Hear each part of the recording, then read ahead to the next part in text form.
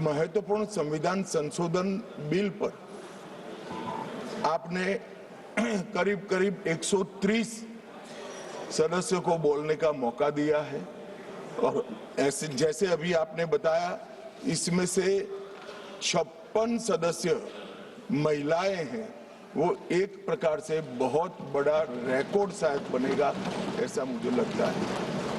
संविधान संशोधन 33 का मौका दिया है। मान्यवर, इस चर्चा को अगर बारीकी से कोई शब्दों में ही सुनेगा तो महिला आरक्षण के लिए जो संविधान संशोधन है इसका किसी ने विरोध नहीं किया है। सबने बोलने के लिए तो बोला है कि हम महिला आरक्षण के पक्ष में है। ये संविधान संशोधन जो आया है उसका हम स्वागत करते हैं, मगर उसको बारीकी से देखें तो इंडी अलायंस के सभी सदस्यों ने अगर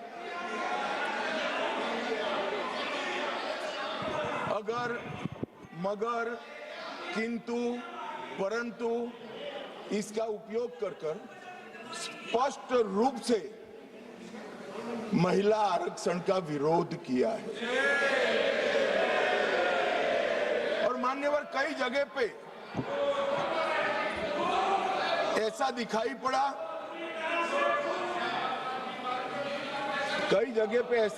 पड़ा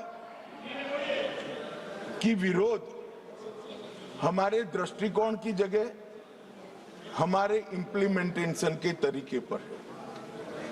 परंतु मैं इस सदन के माध्यम से देश की जनता के सामने स्पष्ट करना चाहता हूं कि ये जो विरोध है वो इंप्लीमेंटेशन का नहीं है।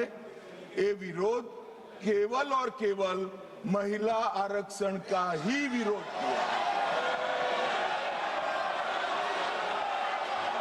और मान्यवर,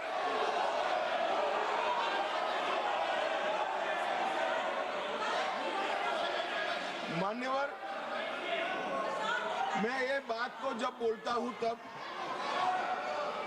मेरी जिम्मेदारी बनती है कि इस सदन को इस बात से मैं कन्विंस करूं कि तरीकों का विरोध नहीं है, बिल के तत्व का, महिलाओं के आरक्षण का विरोध है। मान्यवर, ये 3 विधेयकों में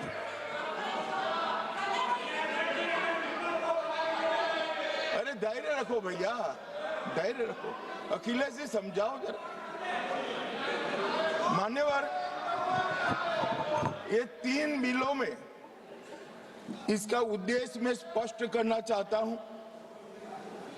पहला उद्देश्य है सरकार का और हमारे नेता नरेंद्र मोदी जी का कि महिला सशक्तिकरण करने वाले इस संविधान सुधार को समयबद्ध तरीके से लागू कर 29 का चुनाव महिला आरक्षण के साथ कराया जाए। इसका दूसरा उद्देश्य है एक व्यक्ति एक वोट और एक मूल्य, इस सिद्धांत हमारे लोकतंत्र की नींव में जो हमारी संविधान सभा ने तय किया था, वो सिद्धांत के स्पिरिट को यहां पर लागू किया गया। मान्यवर, ये पूरे सदन में 543 सदस्य बैठते हैं। किसी की सीट में वोटर्स की संख्या 39 लाख है, किसी की 60,000 और ढेर सारी सीटें ऐसी हैं जो 70 के दशक में फ्रीज हो गए, तब से लेकर आज तक इतनी बड़ी हो गई है कि सांसद अपने मतदाता को अपना मुंह भी नहीं दिखा सकता, क्योंकि इतनी बड़ी आबादी को वो कैसे संभाल पाए। मान्यवर, जो मतदाता है उसकी अपेक्षाएं होती है, उनकी समस्याएं होती है और समस्याओं के निराकरण के लिए वो सांसद के पास भी जाना चाहता है, मिलना भी चाहता है। क्या है सदन में जो विरोध करते हैं उसमें से कोई मुझे समझा सकता है कि जिस सांसद के कॉन्स्टिट्यूएंसी में 39 लाख वोटर हो, वो किस प्रकार से अपनी सांसद की जिम्मेदारी का निर्वहन करेगा?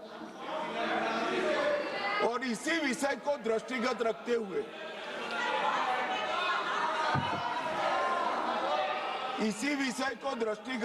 हुए हमारे संविधान में समय समय पर परिसीमन का प्रावधान किया गया है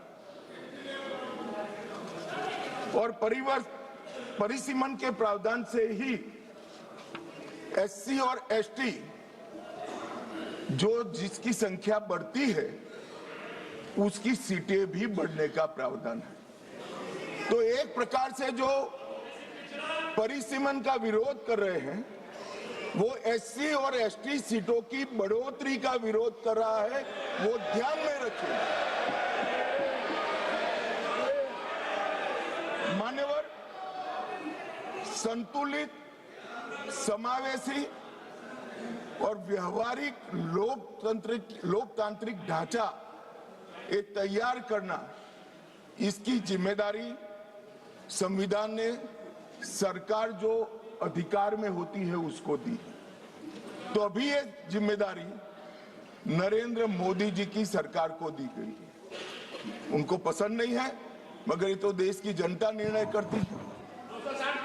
वो वंश परंपरागत नहीं होता है, वो लोग चुनकर भेजते हैं। संघीय संतुलन बनाने रखना, लोकसभा में जनसंख्या के अनुरूप प्रतिनिधित्व आना और राज्यों की शक्तियों के बीच में भी संतुलन बनाना, ये परिसीमन के उद्देश्य संविधान सभा की चर्चा और हमारे संविधान में परिसीमन का जो जिक्र है उसमें कहे। इसके साथ साथ नए भूगोल, प्रशासनिक वास्तविकताओं और शहरीकरण और रोड, रास्ते, रेल से बढ़ी हुई कनेक्टिविटी और नए जिले, ये सबका संज्ञान परिसीमन में लेना होता है, क्योंकि ये सारी चीजें सांसद को अपनी ड्यूटी का निर्वहन करने के लिए बहुत जरूरी है। मान्यवर, संविधान के अनुच्छेद 81, 82 और 170 इसके अंदर ये सारे सिद्धांतों को समाहित किया गया है और उसी के निर्वहन के लिए नरेंद्र मोदी जी के नेतृत्व में सरकार ये संवैधानिक सुधार लेकर आई। महिला सशक्तिकरण, समान प्रतिनिधित्व और संतुलित संघीय ढांचे का निर्माण करने की जिम्मेदारी के निर्वहन से ही आए।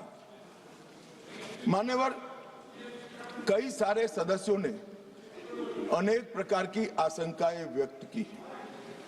उन्होंने ये कहा कि अभी क्यों लाए, तो मैं ये बताना चाहता हूं कि जो नारी शक्ति वंदन अधिनियम आया उसमें जिक्र है कि 2026 के बाद होने वाली जनगणना के बाद जो परिसीमन होगा उसमें महिलाओं के लिए आरक्षण सुनिश्चित करेगा। अब ये पूछते हैं तो उस वक्त काफी सदस्यों ने पूछा है कि बिल लाते वक्त